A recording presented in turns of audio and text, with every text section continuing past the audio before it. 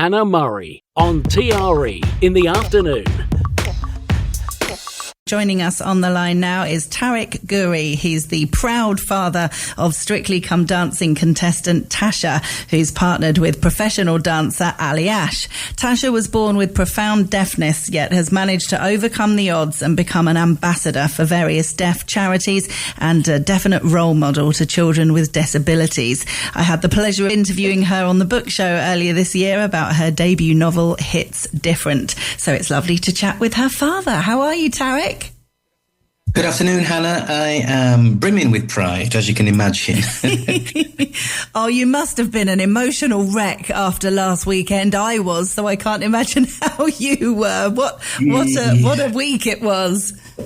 Indeed. Obviously, it was the couple's choice on Saturday, and Tasha wanted to, I guess, tell her story a little bit, that certainly came across. I hadn't seen the videotape until they played it in the studio as we watched it live. So I was pretty emotional, to say the least, during the setup while that VT was playing. Luckily, Tash had listened to that in the afternoon before she went on to do the dance, because I think she would have crumbled otherwise. So she made the right choice there. Oh, yeah, definitely. And I mean, it was just heartbreaking hearing her talk about being bullied and all the cruel things that people say online. And, my husband and I were shouting at the telly saying, what is wrong with people? How can people be just so horrible? It's shocking, isn't it? It is, but sadly, it exists, and it's people get very invested in some of these programs, and the reality show she went on is sort of, people get really invested, but they forget sometimes that they're seeing very short clips of something that happened over 24, sometimes 48 hours actually, put together with a little bit of powerful music in the background or drama music in the background, and they make calls on that and make assumptions from that. So yeah, as sad as it is, it's sadly, people say it's part and parcel of being famous or having some celebrity status, but I don't agree. I don't subscribe to that whatsoever. It shouldn't be, because at the end of the day, they're just people. Yeah, and definitely. Platform is being used for good, so it really upsets her when she's trying to do good and people are shouting her down for that. That's kind of really, really hurtful. And how was it for you when she was on Love Island? It came across in the VT that you had to explain to her when she came off the show some of the awful things that people had said that she hadn't yet seen. That must have been horrendous for you to see that while she was on the programme itself. Yes, it was. And the worst bit was I couldn't reach out to her. As soon as she landed in Mallorca, the phone was taken off her, so I didn't speak to her for 3 weeks before the programme even started. So it was almost 3 months of incognito, which is the longest we've ever sort of not talked or communicated. So that was the most painful bit for me. Yeah, I mean, look, amongst all the bad stuff, there's a whole load of good stuff. The problem with bad stuff is that when you see one, you start looking at all the others, and you start focusing your time looking at the bad stuff. And about halfway through, I said to Nikki's mum and a small group of friends that we had a WhatsApp group, which had a debrief every night around Love Island, and we all agreed, let's stop looking at the bad stuff and just look at the good stuff. And life got a bit better after that. But of course, explaining that to Tash when she came out, she'd actually looked at some before, and we picked her up from Stansted Airport with everybody, all of us, all the contestants, and went down to a hotel. And the first thing I did was say, right, you need to come and sit down with me in this quiet room, and we need to just put this in perspective and check your mental health and make sure you're okay. And we talked it through for about an hour. Yeah. Oh, she's very lucky to have a dad like you. Oh, thank you. I'm sure she thinks that as well. No, it's true. It makes a huge difference. There's been some horrific stories and outcomes that have come out of Love Island contestants, and having supportive family or supported loved ones, wherever they are, whoever they are, can make the world of difference. So you've obviously been there for her throughout her life and understand the importance of being there for her now. Now she's out there and is a famous person on television, and that makes a huge difference. Yeah, it does. It does. And I've always said, because even on Love Island, I had people messaging me saying, well, it serves you right for letting your daughter go on Love Island. What? I said, well, she's 22. She's a woman. Yes, quite. I would never tell my kids to do anything. I can advise. And how I described it was, look, she's driving her own ship, right? And I'm on the bridge, I'm just around the back of the bridge kind of thing. And she's driving it. And if she's heading for the rocks, I'll come and grab the wheel. But until then, it's her ship. Yeah. And I'm advisory in terms of which route she might take sometimes. And that's my belief in bringing children up. And I think that's paid off with both my children. I've got Alex, my son, in Australia, who's living his best life as well. So yeah. And I've got to say also, ITV had a very good welfare team around the welfare of all the contestants. What they can't do, unfortunately, is police all the social media platforms and every single comment that appears and police those. Yeah. Well, let's talk about some of the good stuff. I know that you and Tasha went to Malawi last year. They have one of the highest rates of infant deafness there. It must have been an incredible experience for you both, but particularly Tasha to be in that environment and see these kids. Yes, it was. And that came about because the company that make a cochlear implant called Medel, they have a project over there where they're a private-owned company, so they don't have shareholders. So they're entitled, if they wish, to donate some of their profits to product and then give those to people that need it, that wouldn't ordinarily get it. And Malawi has, as you mentioned, a really, really high rate in children, particularly because of malaria, mostly. So we went with the MD, actually, of Medel to see what work they do and see what we could do to help. And bizarrely, in a full circle, the professor that installed Natasha's cochlear implant back in 2000, and no, it wasn't. She was 5, so it was in 2002. 2002, yeah. Basically, he also donates his free of time during Christmas break from the NHS to do those operations free of charge as well. So it was very humbling to see the fact that there is no program out there for cochlear implants or hearing aids. So, and there's a high demand for it. So it was good, really lovely to be, and humbling to be part of that. Yeah, for sure. I was really surprised to read that when Tasha got her cochlear implant, at first you came in for a bit of criticism from the deaf community, because some of them say that they're very proud and happy with their condition and don't see the need for added technology. That really surprised me. It surprised me at the time, but we didn't realise that would happen. And we'd immersed ourselves in the deaf community because we were all at that point, we'd learned sign language, and with hearing aids that weren't doing a lot for Tash because of her type of sensory loss. We, just immersed ourselves in that community. So when we got the opportunity to have a cochlear implant, you've got to drop sign language really and focus on speech development. And there was a few that thought, why do you need to do that? What's wrong with our community? And they felt maybe we were shifting from their community to a hearing community. It was really new for me to experience that. I mean, they weren't angry, but they were a bit frustrated that we were potentially taking that route. But it was a decision that, as parents, we had to make on behalf of Tasha. She was 5 years old. She could have thanked us for that in the future, and she could have not thanked us for that in the future. But as we can see, it all worked out. It all worked out very well. Yeah. Well, as you said, I mean, everybody. There are so many different levels of deafness, obviously. So different people will appreciate or take to different things in a different way. Everybody's not in the same boat, as it were. So everyone needs to be taken on an individual basis. Absolutely. And so there's different types of hearing loss, and there's different solutions for those types of hearing loss. And some are more verbal, some aren't. So there's all sorts of technology now to help people.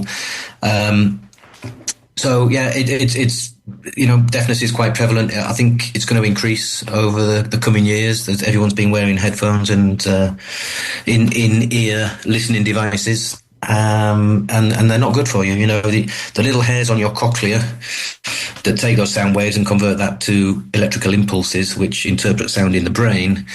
If they are exposed to loud noises, they flatten and they come back up again, but they can only do that so many times. And if they don't recover and stand back up, then that's when you start having a sensory hearing loss, basically, because you're not getting enough input to the brain. Yeah. So now the NHS are really good, and around the world actually implanting children at quite a young age as soon as they find out. In fact, last week I was with Fury, one of the gladiators, and if anybody watches gladiators, and she was implanted in the same hospital as Tasha. She's got a cochlear implant on her right hand side. She's a few years younger than Tash, and she got implanted at 14 months, which was outstanding. Yeah, that's so amazing. she's living. Yeah, she's enjoying her life too. Obviously, as a gladiator, that's a bit of a challenge for her, but she's taking it on. Yeah, brilliant.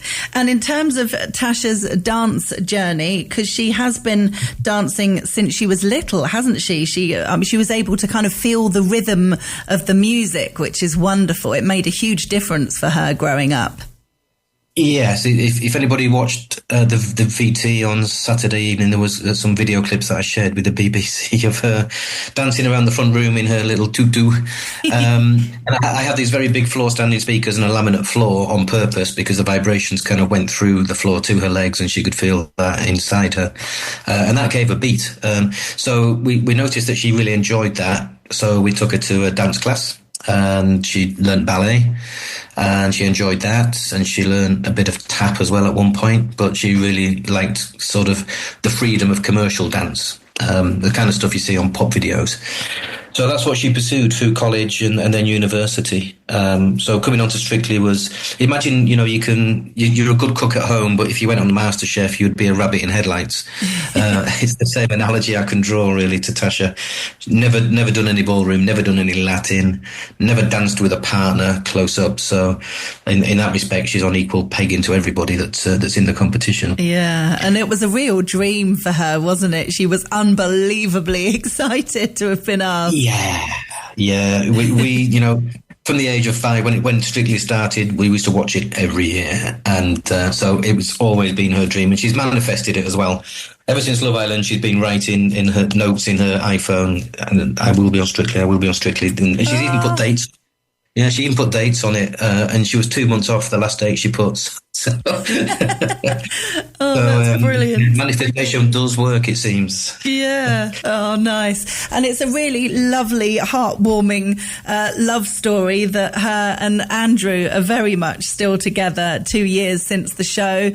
So many of these relationships from Love Island sadly don't seem to last for whatever reason, but it's really lovely to see that theirs have. He seems like such a lovely man, and they look like a really beautiful couple together.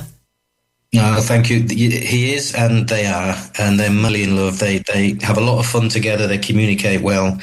They bought a house together up near Bedford, and they also rescued Luna, the beautiful Podenco, from Allora, not far from where I live, from the rescue centre there, and took her back to the UK and rescued her from there.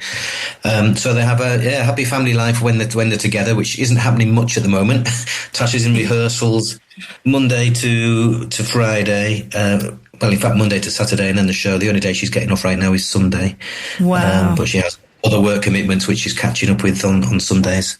Yeah, so, amazing. They're great together. And it is interesting. Love Island really, it's about nearly 3 months, the whole thing, and you're living with somebody constantly. It's like dating over the period of a year and a half, maybe, if you just saw that person weekend. You're condensing that, you're putting the pressure of cameras on and the pressure of other people being in the bedroom, and so if you can make it work there, I think you can make it work anywhere. But as you said, not everybody does, but these two have and hopefully will long time into the future. Yeah. Oh, I hope so too. Yeah, it must be so difficult for them, being on the show, as you say, living together, it all going for so much faster than it would be in the outside world. But then I guess going into the outside world must be weird as well, because they've gone from not being recognizable people, normal people, to suddenly having this celebrity status, and that must be really difficult. And of course, you'll have nasty people out there that are trying to, ruin the relationship and get in with one of them and all that kind of stuff. So they'll have loads of challenges to face. So they've done really well to get through all that.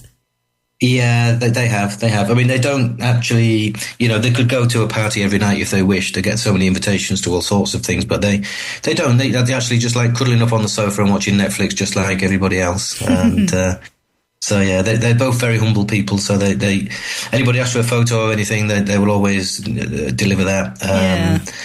So yeah, they're smashing. They'll get married. I'm hoping. Oh, and so is she. Lovely. Yes, we all are. Oh, wonderful stuff. And so I suppose you can't tell us anything about what's going to happen this weekend on Strictly, can you? Or maybe you don't know. I do know. I can tell you it's a quick step because I think they mentioned that on the show. So it's a quick step, which is like a fast waltz, basically. And yeah, they're in the middle of training that right now. I think that will be okay.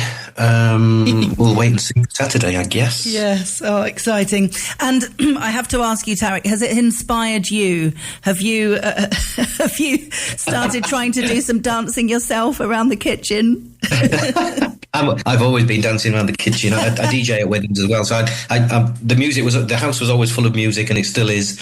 But no, I haven't done any ballroom or Latin myself either, Hannah.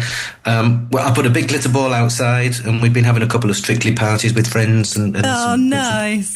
So, yeah, I've got it motorised and everything. It looks, but it doesn't look as good as the studio, but it's not bad. Well, there's still time. That's what we're up to. But if I could ask, if anybody's a Strictly fan, and you love what you're seeing with Tasha's dances, please could you vote for her? Not this week, every Saturday. Yeah. You can do that on the website, bbc.co.uk/Strictly, where I think you're allowed 3 votes on each person. So, and you can do that multiple times on different devices. Yeah. Oh, fantastic. We can get everything logged up. Look like NASA in the house. All the different devices. Brilliant. Oh, it's been lovely to chat with you, Tarek. Thanks so much for joining us. And please pass on our love and congratulations to Tasha. We think she's amazing, both what she's doing on Strictly and also with her work for the deaf community as well. So we wish her lots of luck. Thank you so much, Hannah. I will for sure pass that on. And thank you very much for talking to me. Thanks, Tarek. Take care. Thanks.